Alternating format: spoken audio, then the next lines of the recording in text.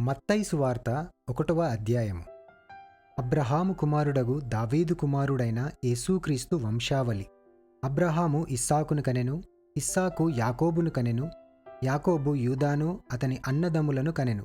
యూదా తామారునందు పెరెసును జెరహును కనెను. పెరెసు ఎస్రోమును కనెను. ఎస్రోము అరామును కనెను. అరాము అమ్మినాదాబును కనెను. అమ్మినాదాబు నయస్సోనును కనెను. నయస్సోను షెల్మానును కనెను. షెల్మాను రాహాబునందు బోయజును కనెను. బోయజు రూతునందు ఓబేదును కనెను. ఓబేదు యెష్షయిని కనెను. యెష్షయి రాజైన దావీదును కనెను. ఊరియా భార్యగా నుండిన ఆమెయందు దావీదు సొలొమోనును కనెను. సొలొమోను రెహబామును కనెను. రెహబాము అబియాను కనెను. అబియా ఆసాను కనెను. ఆసా యెహోషాపాతును కనెను. యెహోషాపాతు యెహోరామును కనెను.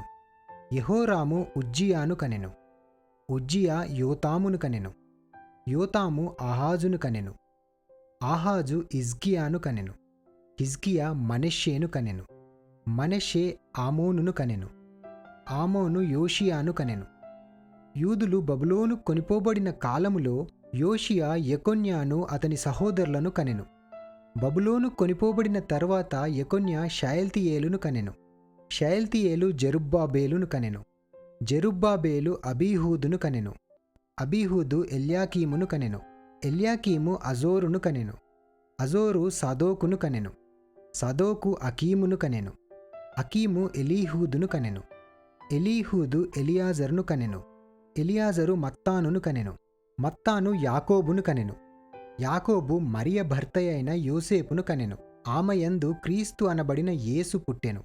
ఇట్లు అబ్రహాము మొదలుకొని దావీదు వరకు తరములన్నీయు 14 తరములు. దావీదు మొదలుకొని యూదులు బబులోను కొనిపోబడిన కాలం వరకు 14 తరములు.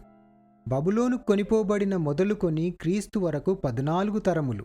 యేసుక్రీస్తు జనన విధమెట్లనగా, ఆయన తల్లి అయిన మరియ యోసేపునకు ప్రదానము చేయబడిన తరువాత వారేకము కాకమునుపు ఆమె పరిశుద్ధాత్మ వలన గర్భవతిగా ఉండెను. ఆమె భర్త అయిన యోసేపు నీతిమంతుడైయుండి ఆమెను అవమానపరచనొల్లక రహస్యముగా ఆమెను విడనాడనుద్దేశించెను.